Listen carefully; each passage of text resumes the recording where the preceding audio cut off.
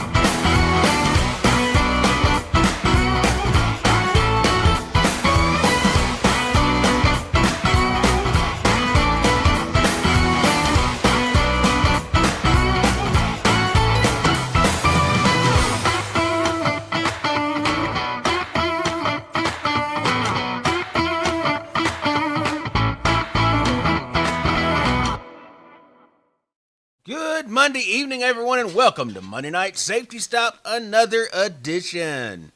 JoJo, Yep, what's yep, going yep. We on? ready to start off another Monday night.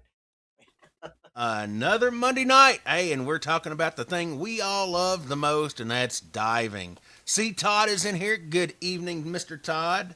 If you're jumping on here, jump in the comments and say hello. We'd love to hear from you. Yeah, I mean, hey, the days are starting to get warmer. I tell you, what was it? Friday was really nice. Or was it Yeah, Saturday? yeah, Saturday. yeah, both days really. Saturday was really nice. Didn't even need a jacket. Oh yeah, Need a hoodie on Sunday, and then you got today. yeah, yeah. I mean, Friday was awesome. Saturday, we were out at the park getting some stuff done, and another beautiful day to be out working there at the park. But yesterday, you're right. I mean, it wasn't terrible, but it was a little bit cooler. especially when the wind blew. It was a little cool. Looks like Emily has joined us, Mr. Steve Stormer. Good evening, all. Yeah, I mean, we're counting down the days. It's not too much longer till the official start of the 2026 season. Where are we at, JoJo? 39 days. You already got your counter up that you get on the site? Yeah, it's. Oh, no. It's. Yeah, it has not. I tell you, I've been working on a lot of stuff, and I've got to get set down and get the stuff on the website done. This week was, or not this week, last week. Last week was a busy week. Of course, we, had Monday night safety stop on Monday night. We had an SSI update on Tuesday for dive professionals, and then we had an instructor meeting on Wednesday night. In between all that, I had a meeting with an Airbnb for groups, so that information is going to be coming out for any groups coming in. The house sleeps like 10 people. Ooh. So, and it is Nice. literally 5 minutes away from the park. So, and the same people have another house just around the corner. I mean, within walking distance between the two, that sleeps another four. So, I mean, realistically, you could have a group of 14, and not have to stay in a hotel. Hey, I always like Airbnbs over hotels because you get room to spread out. Well, you got room to spread out. You've got a kitchen, so typically, like you've got a little back patio, a front porch to sit on where you can sit out and do your log books, and if you want to barbecue out, they've got grills, and a lot of stuff you can do in an Airbnb that you couldn't do in a hotel room. And not to worry about noisy neighbors either. Yeah, yeah, and typically if you've got a group like that and you split the cost up between everybody, I mean, you're looking like $30 a night, maybe $40 a night per person, Yeah, really save some money when you do that. Yeah, you're not going to get a hotel room for $30 a night. If you are, it's not the kind of hotel room I want to stay in. I mean, of course, as a diver, it's as long as I got a place to lay my head, all I'm doing is sleeping there. But some of those little hotels that charge $30 or $40, I don't know if I really want to lay my head down. Oh. I've Goodness. said this questionable once, and I've walked out a couple saying I want my money back. Yeah, but we do get several groups that come in, and of course, up until now, really the hotels or camping has really been the only true option. There are some places in Hopkinsville, but they only sleep like 4, maybe 6 people. So there's not a lot of options for, 10 people, So I've been working on that. The information on that will be coming up. Hopefully I'll get that on the website this week. They sent me the links and stuff to book and all that. So yeah, I mean, been busy trying to get things ready to go at the park. We've done several equipment services this weekend, trying to get the rental equipment, student gear annually inspected and get the services done. So yeah, a lot of work going on this time of year. Yeah. Um, Sounds like a lot of fun. I'm pretty sure I'll be uh, in those regs here shortly to myself. So dust off all the wrenches. Yeah. Get more service parts in, dust the wrenches off. Oh yeah. Well, we've done dusted them off. I mean, I think we done Saturday alone. We done 12 or 13 BCs. So, and I'm talking rebuilding everything, the inflators, the dump valves, checking everything. And so, yeah, also, and I haven't put it up yet, but for those who have been to the park, that know the entry ramp, the main entry ramp, um, got an upgrade Saturday. And I don't have pictures, but you no longer have to step up to go on the ramp or step down to come off the ramp. It is now one complete solid. You don't. There's no drop off. Yeah, the Mike and Brandon got down there, formed it up, and poured concrete on Saturday. So now it's a nice. You don't have to worry about stumbling. You don't have to worry about missing a step. The water's low enough that it allowed us to be able to do some work on it. So yeah, it's going to be a real nice thing to have. You don't have to worry about stepping up or stepping down, and it's going to be a lot safer so you don't miss a step and you know fall. Hopefully nobody does, but this will definitely help out. Hmm. Yeah, that's one thing about Bon Air is we got to worry about getting in and out of the water. So we don't Oh have yeah. nice handrails or steps to help us get in. Now we've had a couple more join us. Looks like Charlie's in here. Good evening, Miss Lisa Denton. Hello. Yeah, I mean, it's the days are ticking down. And like you said, Bon Air, you don't have the luxuries of handrails to walk in and all of that. You got to have a walking stick. Some places you do. Some places you don't. Some places you can get in pretty easy, but you know, when you got 70 or 80 pounds of weight on your back, it's better to have that stability. Yeah, so that's cool. Well, I'm glad y'all got that done this weekend. Oh yeah. So, yeah, got that done. And of course, I've been watching the weather, and of course, they're saying it's going to hit like almost 80 or hit 80 on Friday. So we can get these warmer temperatures coming up. It's definitely going to start warming the water up. Still a nice chilly 46 degrees, but we start getting some 70, 80 degree days and 50, 60 degree nights. That water temp's going to start coming up. Hey, oh, you got that new dry suit coming in. What are you worried about? Oh well, it's got to get here first. I mean, Emily's done got hers, and we ordered them at the same time. So, I mean, yeah. Uh, let's see. Steve says great for an old guy. Fell there numerous times. So yeah. So that should help out. Like I said, it's a nice, easy, gradual from the step. On up towards the pavilion, so you don't have a drop off. It's going to be really nice. It's the main entrance, not the dock entrance. Charlie. Yeah, the dock entrance is steps. So, but the main entrance is the ramp. So yeah. All right. Uh, so yeah, lots of good things going on. Of course, we're 39 days away from the start of the season.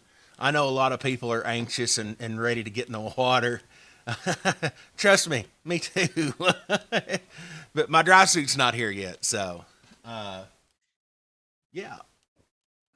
So me and Joe was actually talking here just before we come on, and we've been talking about a couple of different topics to cover, and we just talking to ourselves just before we come on, and something we haven't talked a lot about or haven't talked in a while is the tables and computers. We talk about how great computers are, and kind of talk about some stuff, but we've not really gotten into you know the the history behind it. Mm-mm. And I think that was one. It's been a few episodes ago. Somebody had asked a question, on the history. I can't remember what it was. I have to go back and look. But it was really interesting because I mean, it was a topic that I mean, it was a great topic. I can't remember what Yeah, it was I though. think it was like how did diving get started, pretty much. Oh It was yeah, like yeah, how far do you want to go back here and how it got started. yeah. Let's Do see, do we go to Jacques with the aqua lung, or do we go on keep on going back to the Chinese breathing out of reeds? Yeah.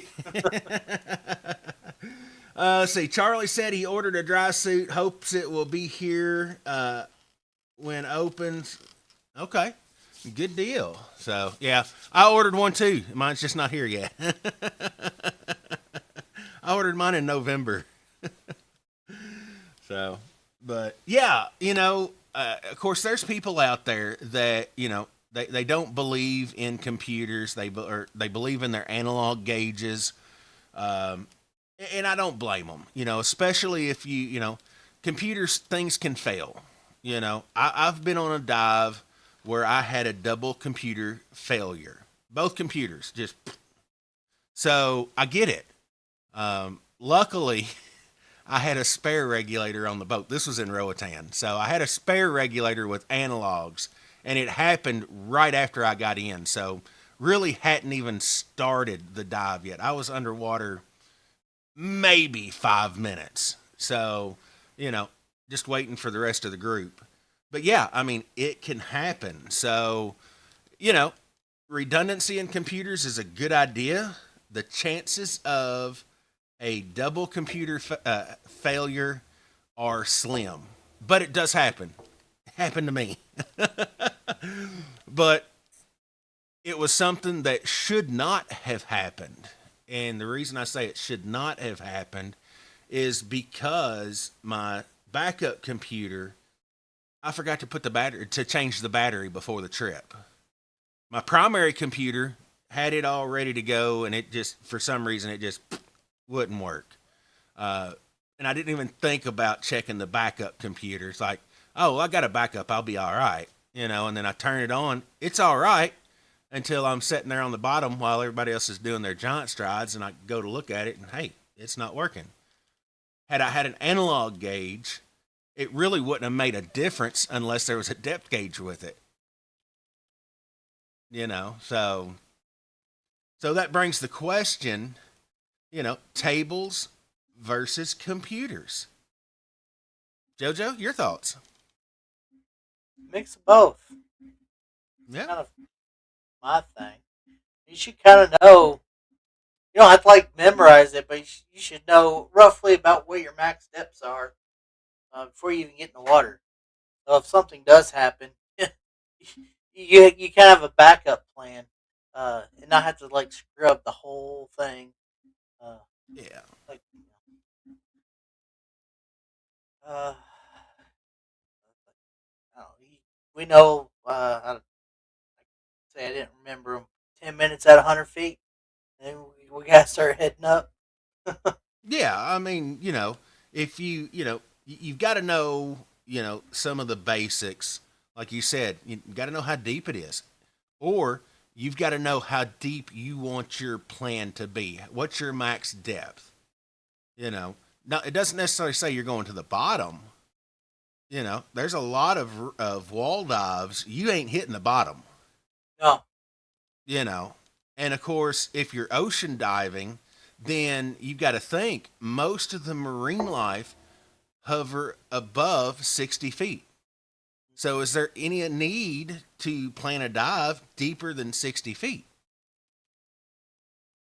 I mean, can there might not be a reason to, other than you just want to. Well, if there's a wreck at 100 foot, obviously, okay, we want to get down and see the wreck. So, you're going to plan your dive accordingly. And if you're using a computer or tables, you can pre-plan your dive out using both. Yes. You can look at the tables and see, how much time you can spend there, and you can simulate it a planning mode on your computer to see what the computer says, and see the difference. Computers are going to Yeah, be more conservative. they're going to be more conservative uh, than the tables are. Yeah, Yeah, they take a lot of different compartments into consideration, where the yeah, dive tables are not. So yeah. Well, I mean, dive computers are, real time calculation.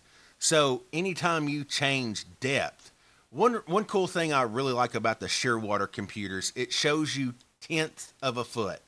So when you descend, it's showing you 0.1234, up to 1 foot, 0.1234. So it shows you tenth of feet as you descend. Most depth gauges or computers will show you that just the feet, oh, okay, I'm down 10, 11, 12, 13, 40, 50, So you can actually gauge it better, like on the sheer water, because you can see the in between foot. So, it makes it a little bit easier to read out.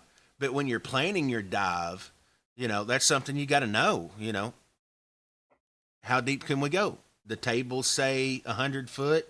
8-10 minutes. I don't have tables in front of me, so I can't really say the exact. But it's 8 to 10 minutes at 100 foot. The computers take it in real time. As you descend, your time gets less, but you're not going to spend 40 minutes at 100 foot. You may spend 40 minutes on the dive, but most of it's going to be shallower. Yeah. Good thing about computers is they can calculate all that and can make your dives actually longer because they can put all those analogs into categories into place. Oh yeah, I mean, well, you've been diving, not quite as long as I have, but I mean, you got trained on the tables. I got trained on the tables. Students going through classes this day and age most likely aren't even being introduced to the tables. And I'm not Yeah. saying everybody. I mean, I'm saying a lot of people don't even incorporate tables anymore. I know we do because it's a good idea to have that as a backup. Yeah, you're not primarily going to be basing your dives on the table because, computers are so prevalent these days. But you need to know what the tables look like and a base knowledge of how they work.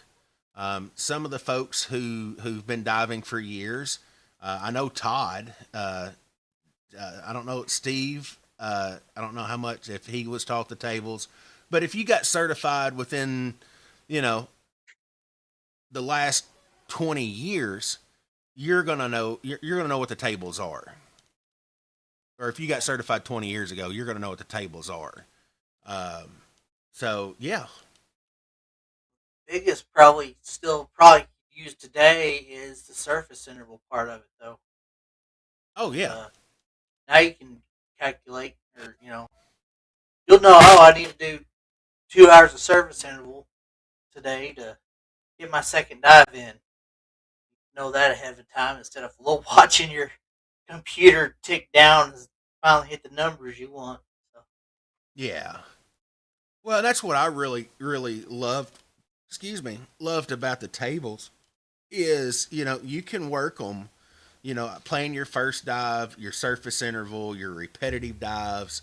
You can do all that and kind of see where you're going to be. I know in open water class when I teach, I'll give them a sheet where you do three dives, three profiles, and this is the tables portion. Again, it's not required. They took that out probably 8 or 9 years ago. Most agencies did, within the last 10 years, where it's optional. I think Patty's the only one who still has the RDP, that you can teach it the tables, you can teach computer. I'm not 100% sure because I didn't renew my Patty membership. Go figure. But well, that's what happens when they make me mad. But anyway, but yeah. So I mean, running tables is a good idea, or at least knowing the tables. Now the downfall of the tables, and I get tickled at this because if anybody knows the history, how the dive tables were developed, you're going to be like, how am I using these things correctly? So the original U.S. Navy dive tables were based on 18-year-old kids that were the guinea pigs for these tables, to develop these tables. I don't know about you, but I am in no way, no shape, no form the size and the age, you know, of what the original tables were based on. No, There's no way. I am not in my peak physical fitness, and I am definitely far from 18. I think I missed the peak. So Yeah, I I know think I I went never hit around the the peak. physical fitness goal of that. Uh, Steve says I was taught the tables, but I rely on computer. Run two in the ocean. If both fails, time to surface. So you're exactly right. Um, you know, and there's a couple of different ways. You know, you can't start diving computer. You know, do a computer dive and then switch back to the tables because you're not going to be able to calculate your nitrogen loading correctly because you're using a computer and the tables they won't line up. Uh, Now, can you go dive tables and then switch to a computer? Theoretically, yes. It's not recommended, but theoretically, yes, because computers are more conservative. What you can do is dive both. You can plan your dive with the tables and you still use your computer, and then that way if something was to happen, then you can still dive because you're keeping up with those with on the tables as well. Well, if you mess with most of your computers, they usually have a plan your dive section Hmm. where you can pick your depth, and they'll show you your bottom time. You match them up; they're typically matching the tables. So Yeah. it's like built-in tables. Oh yeah. Yeah. Well, and that's again, tables, are just that. There's no flexibility. It basically says you're here, you jump in the water, you dive down, now you're here at 30, 40, 50 foot.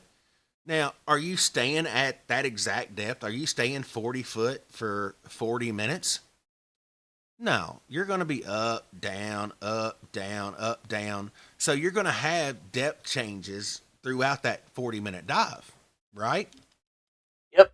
I mean, unless you're following a navigation line that is at 40 feet and it's at 40 feet at the start, and it stays that exact depth until you come up. Now maybe you can go by the tables correctly, you know.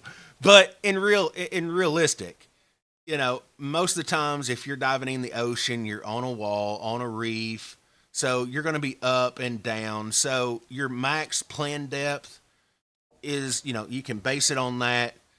And again, that's what it's going to take that depth and tell you what your nitrogen absorption is based on that 40 foot with the tables. Computers are going to adjust it in real time. So when you come up to 35 foot and then you go back to 38 and then you back to 32 and then you go back down to 40, the depth changes throughout that dive. The computer's going to automatically recalculate. What happens when we start coming up? We're off gassing, right? Great. It's tracking the off gas. So it's tracking the off gas. So I know, and everybody who dives a computer can look at their computer when they start coming up, and they'll see their maximum time get more because they're coming up. Likewise, you turn around and you start descending. It's going to start counting it down. You're not going to have as much. So that's where tables and computers are more conservative because it's taking that real time uh, calculations and letting you know how long you can stay at that current depth. Yeah. And It's figuring longer dives and safer dives. do what? It means longer dives and safer dives. It does. I mean, I dive. I'm like Steve. I run two computers. So if something was to happen, then I've always got a backup computer. Now I used to do my primary as an air integrated, and then just a puck in my BC. That way, if something was to happen, I could just reach in. I could see my depth. I could see my time, I would know how fast I was going up to get to my safety stop, because at that point, if my primary computer went out, I didn't have an air reading, but I did have to make sure I do a safe ascent with the puck. I could start my ascent and do my safety stop and get to the surface way before I run out of air.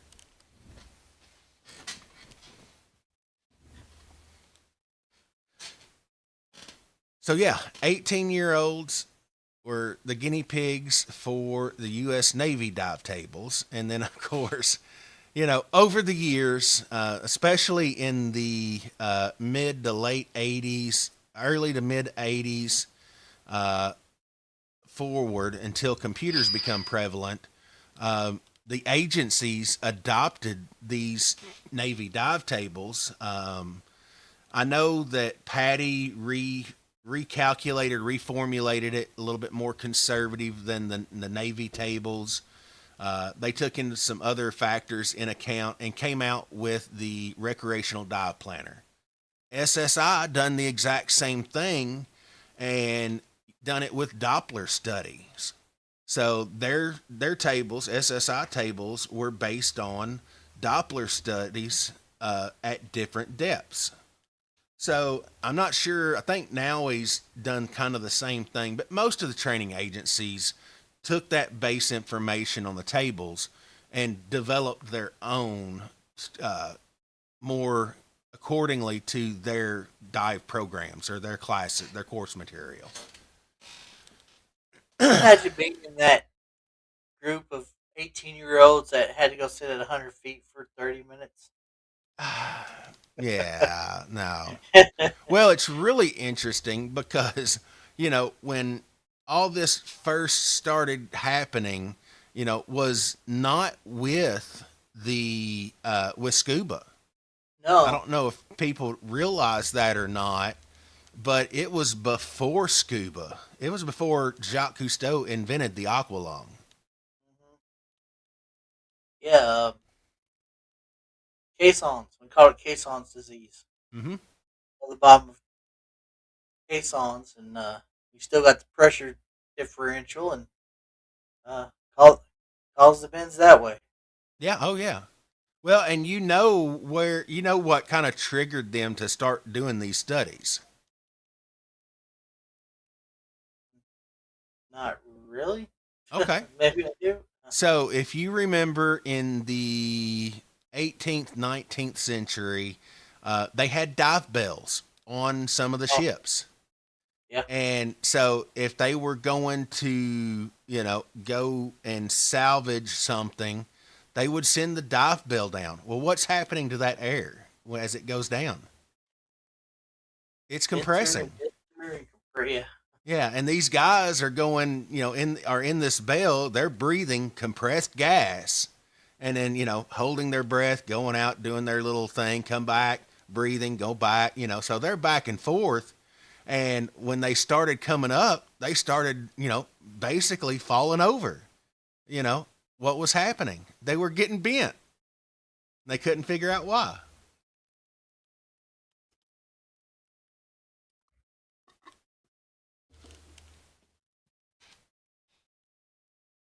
Yeah. A lot of people got hurt before we realized what was going on and understood the physics.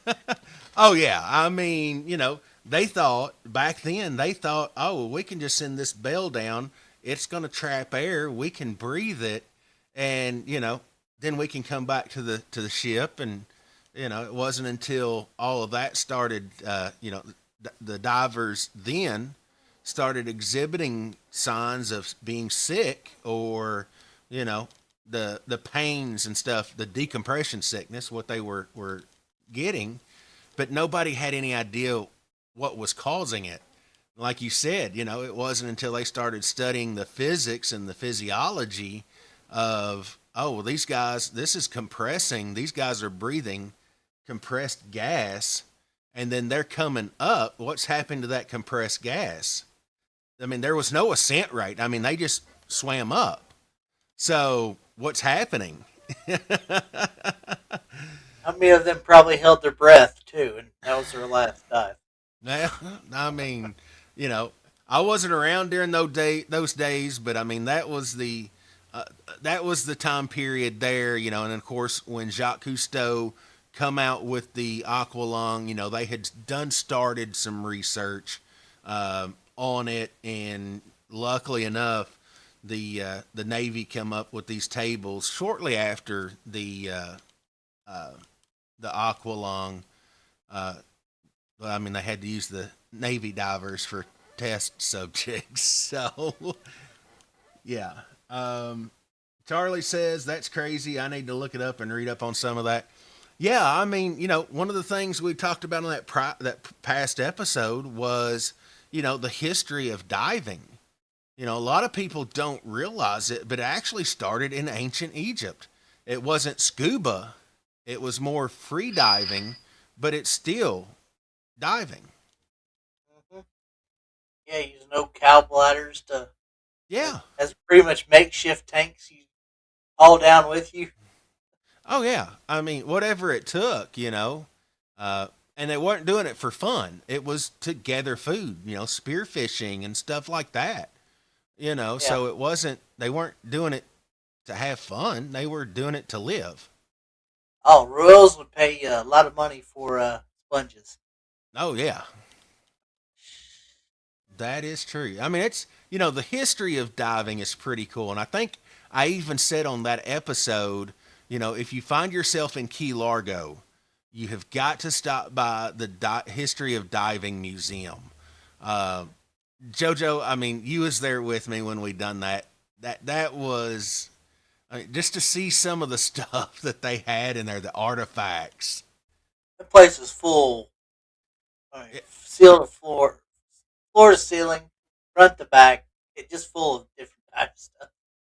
oh yeah. Well, I mean, what about that? It was a suit that looked like something off of Lost in Space. Yeah, yeah, You Lawson's. know, Yeah, the it looked like the robot robot. suit. Yeah, it's like, how did somebody actually dive in that? You know, Uh, but to walk through the History of Diving Museum and see, you know, some of the artifacts, early days of diving. I mean, they love their Mark V helmets down there. I mean, they've got one display. I think there's like 30 of them. But I mean, they've got the old crank compressor that they used years and years ago. You know, that was something before the scuba, before the aqualung come out. You know, they had hard hats. yeah, wasn't that like a demo too? It was like you had to like crank it, and it gave you a little light if you're cranking it fast enough. Yeah, it had like a little like an alternator on the thing. If you spun it enough, it would, you know, it would give you a little light to tell, a little generator. It'd give you a little light to say, you know, that you're at the right speed. But if you wasn't, it wouldn't light up. I mean, it's just wild. Yeah, and that thing was not easy to turn either. Yeah. Steve says he'll be in Key Largo in April. Definitely check it out. It's right in between Key Largo and Taverniers.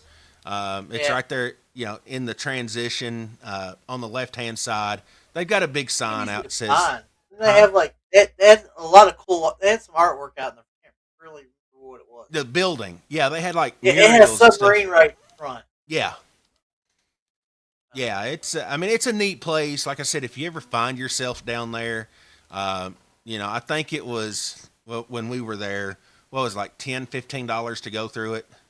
Yeah, I mean, it's not super expensive, but it's self guided. So I mean, you can take your time looking at the different artifacts, and I mean, you can literally spend a couple 3 hours in there looking at the different stuff, and you know, I was pulling stuff up on my phone as we'd find it just to see what it was. And then, of course, you know, there was parts of it that, you know, oh, I remember that. I had one of those. The Patty wheel is in there. The old Patty wheel. Anybody has never heard of the wheel? They have one. Yeah. camera But, cases. huh? Bunch of different camera cases. Oh, yeah.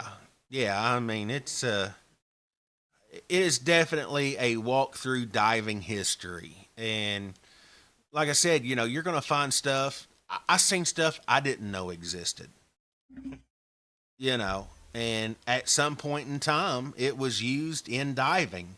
So, it's really cool to see their collection. And they've got little placards on most of it that kind of tell you a little bit about it. And so, yeah, it's really interesting. But again, that's where the tables come from.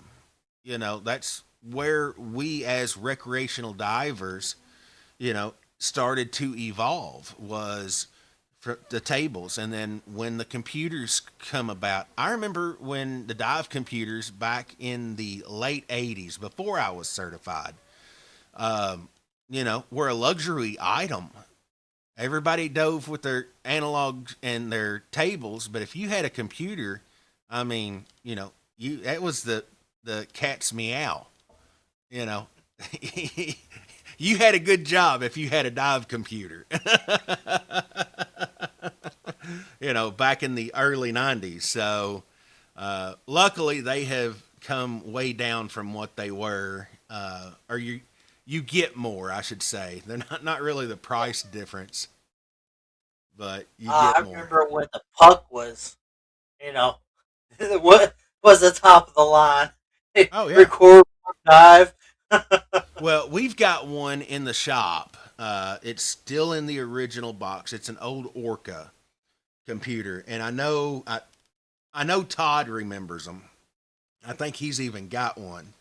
But the Orca computer was kind of like you know, the most readily available computer. That's the ones that, if you had a computer, it was more than likely an Orca or a Skinny Dipper. There's a couple different versions of it, but, it was a glorified bottom timer. It was a little bit bigger than the size of a cassette tape, or a cassette tape case. And it told you a time, your depth, and how long you could stay. That's it. Didn't have a compass, didn't have air integration. I mean, it literally had three lines. Your depth, your time, and how long you could stay. That was it. Not even an ascent rate graph. It was a little LED light at the top that, beep beep beep, going up too fast. And that's all it was. I mean, literally. And of course, that comes back to when you're talking about computers, especially if you're diving in a group. The alarms. I mean, computers. Again, we've said it before. It's a great piece of equipment. You can do a lot of stuff with it. You can set, if you don't want to go any deeper than 40 feet, set your alarm for it. Hey, my max depth 40 foot. If you don't want your dive lasting longer than 30 minutes or 45 minutes, whatever you want, if you program that into your computer, it's going to start beeping at you when it's time to come up. So there's a lot of different features that the user can set, like your maximum depth, maximum time. You know, if if you're air integrated and you want to set your turnaround pressure at 1500, you can do that. It'll beep at you. So there's a lot of great safety aspects to a computer. The problem is if you're diving in a group and somebody's computer's going off, what are you doing, JoJo? I'm looking around, going, where's that coming from? Well, you look to make sure it's not you first, and Yeah, then you're like, that's all right, true. who's not listening to their computer? Yeah, Because especially when somebody, it's sitting there beeping constantly. It's like, all right, who's ignoring it? the constant beeping and the quackers, that's JoJo's pet peeves right there. Oh yeah, the quackers drive me nuts. I come to dive, not to listen to everybody quack. Like duck mating season. Quack, quack, quack, quack, quack, quack.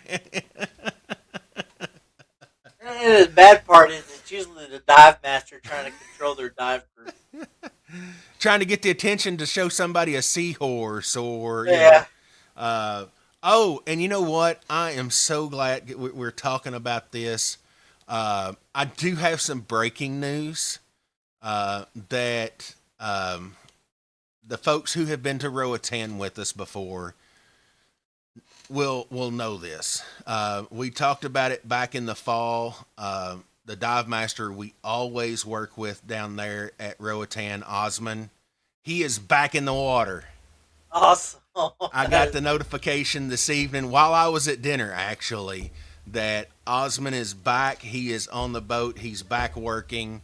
And of course, they wanted me to express to everyone who was thinking and praying for him. It's been a long road for him, but he is finally back on the boat where he wants to be. He is in the water, dive mastering again. So that was I that almost just completely slipped my mind to announce that. it looks like I'm gonna have to get a trip down there so I can go see him. Yeah, it was one of those things. We talked about it when we come back from Roatan that they were raising money so he could get this operation because they had found a tumor uh, in his brain, and it was operable. They did do it. I talked to him right before. I think it was right before Christmas, and so he had the surgery. He was recuperating. He had told me at that point that they was telling him it's probably going to be 2 or 3 months before he would be cleared to get back in the water. Like I said, at dinner tonight, I got word from Roatan he's back in the water. Yeah, Charlie, it was back in the middle to late summer that he was having some balancing issues, getting dizzy, and he'd fell a couple times. Long story short, they had found a tumor on the front part of his brain. They had to raise money. Of course, in Roatan, they don't have health insurance, and in Roatan, if you have any kind of medical procedures, you have to go to the mainland. And so they done a GoFundMe for him, and I think it was $15,000 that they raised. He had to have that they raised for him to have the surgery. So if you've ever been to Roatan, you've ever dove on the boat with us with Osman. He is just a phenomenal dive master. He can point out the smallest little things, and you're like, how in the world did you see that? But it was a bummer for us in October because he wasn't able to be on the boat. And he did come to see us, but you could tell he wasn't himself because he was down. He couldn't be on the boat with us. I mean, we've been diving with this. He's been our dive master for 12 or 13 years. So we built a pretty good friendship with him, and for him not to be on the boat with us this time. So I told him, I said, you got to get better because we're coming back next year, and you've got to be on the boat. So he's back. Good old Oz. Yeah. Good old Osman. He's the dive master you want. That's for sure. Oh yeah, I mean he's great with everybody, new divers, experienced divers. I mean, he's like the line fish master. I mean, he just looks at him with a spear and they just jump on it. I mean, I don't know how he does it. When we go to their secret hunting grounds. Oh yeah, we're so good that they take us to their place. They go hunting.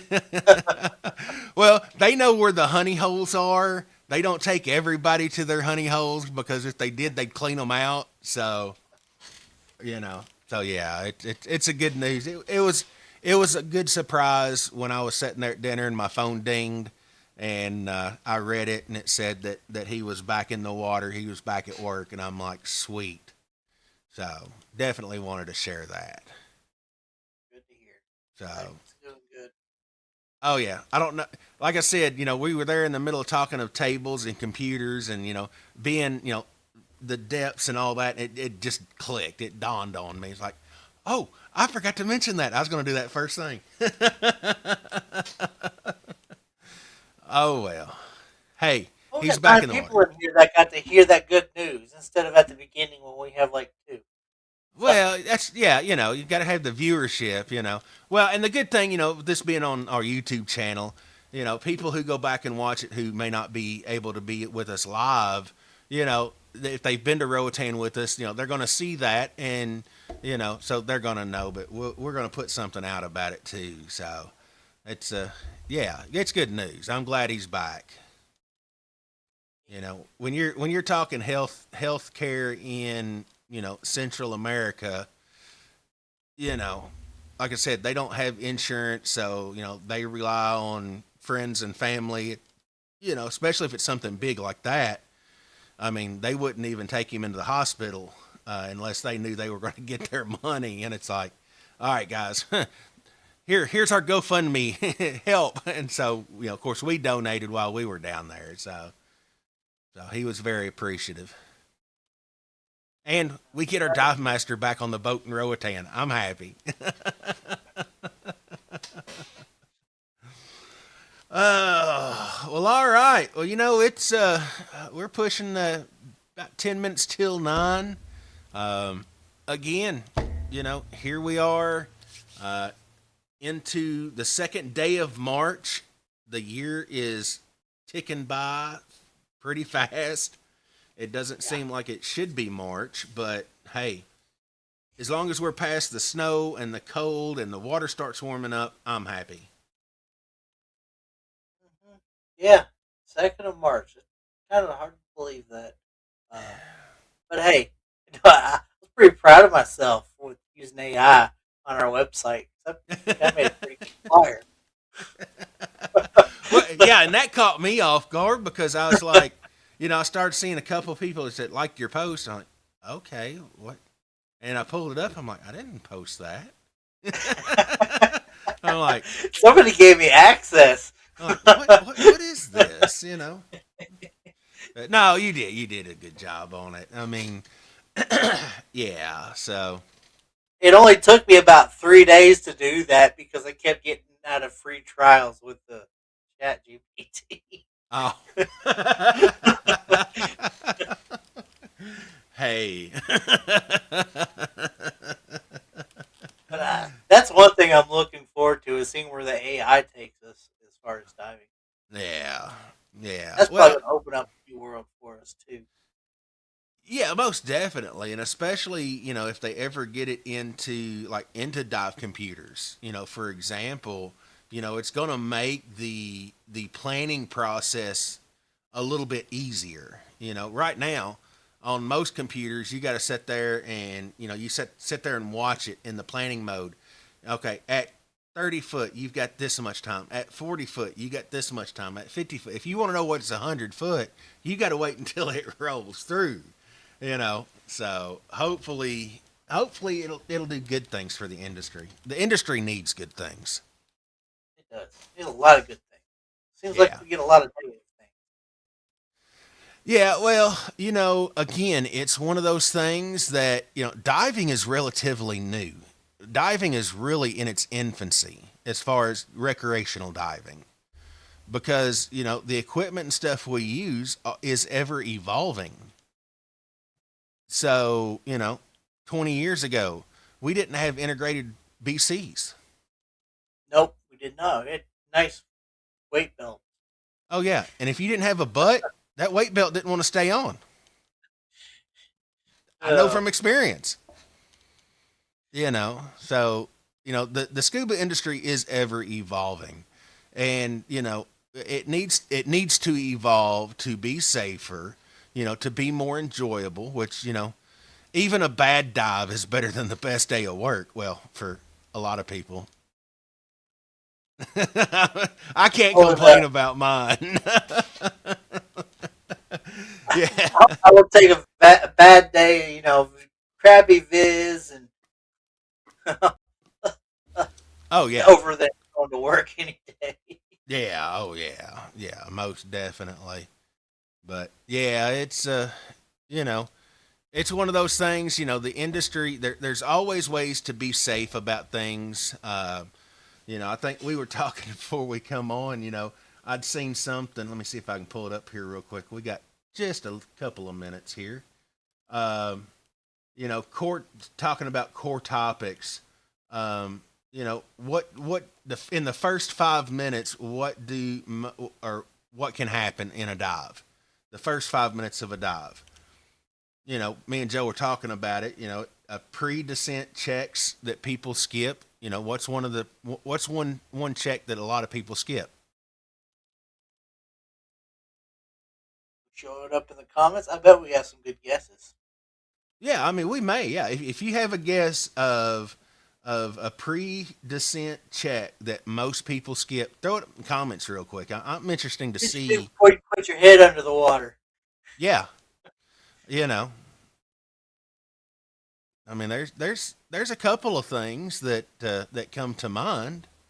I mean, we, how many of us skip the pre-dive checklist before we even jump in the water? Yeah, Charlie just popped it there. Said buddy check. I mean, especially if you dive with the same buddies all the time, you can get complacent. All right, we got everything. You ready to hit the water? Yeah, let's hit the water. You got enough air? Yeah, I got enough air. That's the extent of a buddy check. If you're diving all the time, you get comfortable. So yeah. And you jump in the water with your tank off and your BC's not inflated, and you got 15, 20 pounds of weight on you. Yeah, and then something else, small mistakes that can turn into a big problem. This was another good one that we were talking about before we come on too. Some small things just a minute little thing that you may not think about, that can turn into a big problem, and maybe not relatively quick, but it could be relatively quick. You know, ignoring minor equipment issues. Oh, this will be fine. I'll go ahead and make the dive.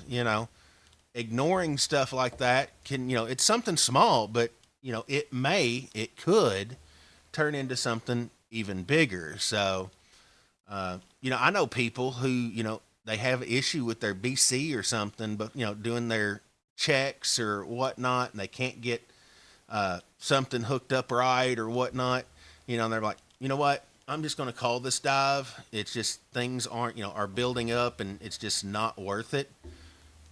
Good call. There's no sense in keep frustrating yourself to the point where, no dive is worth that. So, Jordan I said, love the one where people come in, they realize that their hoses are starting to leak and get all the little air bubbles coming out of them. oh yeah, But then they don't replace them 30 dives later, and it seems like just what it just Oh, air yeah. flowing out of the hose. Oh, well, it's had a little bubble in it for a long time. It's Yeah, a probably little. just a little O-ring. Yeah, well, it's really bubbling right now. So maybe it's time to I was change that thinking that. It's O-ring. like, oh, it's fine, it's just a little bubble, and then they're still down. Well, and I'll tell you, the funniest one, and I've seen this on multiple occasions, is somebody will show up to go diving, um, and it happened this last year. Um, the divers had rented a. I'm trying to think. They had rented a regulator. Well, the problem wasn't the regulator. They didn't rent a BC. They used their own. But the problem was the BC inflator. It was continuously inflating. So they hooked, when they hooked it up, turned air on, it's sitting there trying to inflate the BC. And you talking about, I got crawled up and down. Oh, this regulator's not working right. Yada da da. I said, "Are you sure it's the regulator? Let me take a look at it." And so I looked at it, seen what it was doing. I said, "When's the last time you had your BC serviced?" Oh, well, I said, "Has it been within the last year?" Oh, no, no. Let me go get a BC for you. So I went and got a BC, brought it down to them. We hooked it up. Guess what the inflator on our BC wasn't doing? Wasn't inflating. It wasn't inflating. So it showed right there that it wasn't the regulator. It was their BC. It needed to be serviced. I mean, something simple. Of course, being the nice guy that I am, I'm like, here, you know what? I'm not Just use it, dive, bring it back to me when you're done. You know, it's something that, could easily be offset, again, if you have your equipment serviced. So, big thing. Every year, get it serviced. Make sure it's in good working order. Don't walk into pools without it half assembled. Do what? Don't walk into pools with it half assembled.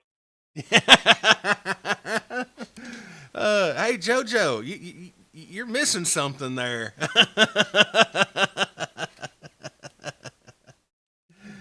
All right. Well, it is that 9 o'clock hour. JoJo, do you have any final thoughts for us for this evening? Joe, you don't have any audio.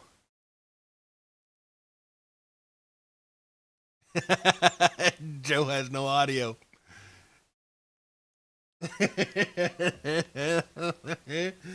uh, Technical difficulties. Hold on.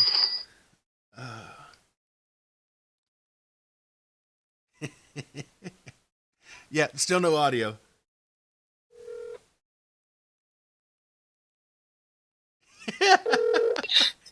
What's going on? Hey, any final thoughts for us for tonight? We'll improvise. Hey,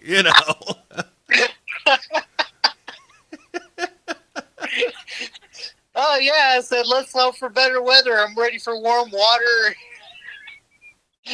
Nice sunny skies. Oh. Hey, sometimes we just have to improvise. Whatever works, I guess. But you all have a good night, and appreciate y'all coming on with us. All right, guys. Well, we're gonna get off here since JoJo's mic's not working. I'm having to hold my cell phone up here. It's always something technical with us. We're having some kind of technical difficulty some way. So, hey, if this is all it is for tonight, I'm good. But anyway, hey guys, we appreciate you all tuning in with us here each and every Monday night. We may not be on next week because of the Bonaire trip, so we're going to see what we can come up with, but not going to make any guarantees. But we will be back on the 17th. I think that's right. 16th, the 14th, 15th, 16th. 16th. So, do what? 16th. JoJo's hollering from way off in the distance. All right, guys. Well, again, we appreciate you for tuning in with us on Monday nights here on our YouTube channel. Hey, if you don't mind, hit that subscribe button. Helps us grow the channel. And that's basically, make sure that we, that people can watch us and, they get information that, or you have the chance to ask questions. That's what we're here for. We love the industry that we are in. I love the sport. I've been diving for more than a couple of years. And, again, I love scuba. I want everybody to be safe and have as much fun as I've had with it. So if you're diving this weekend, we hope you have a fun, safe, and adventurous diving adventure. And we look forward to seeing you back on the next episode of Monday Night Safety Stop on our YouTube channel.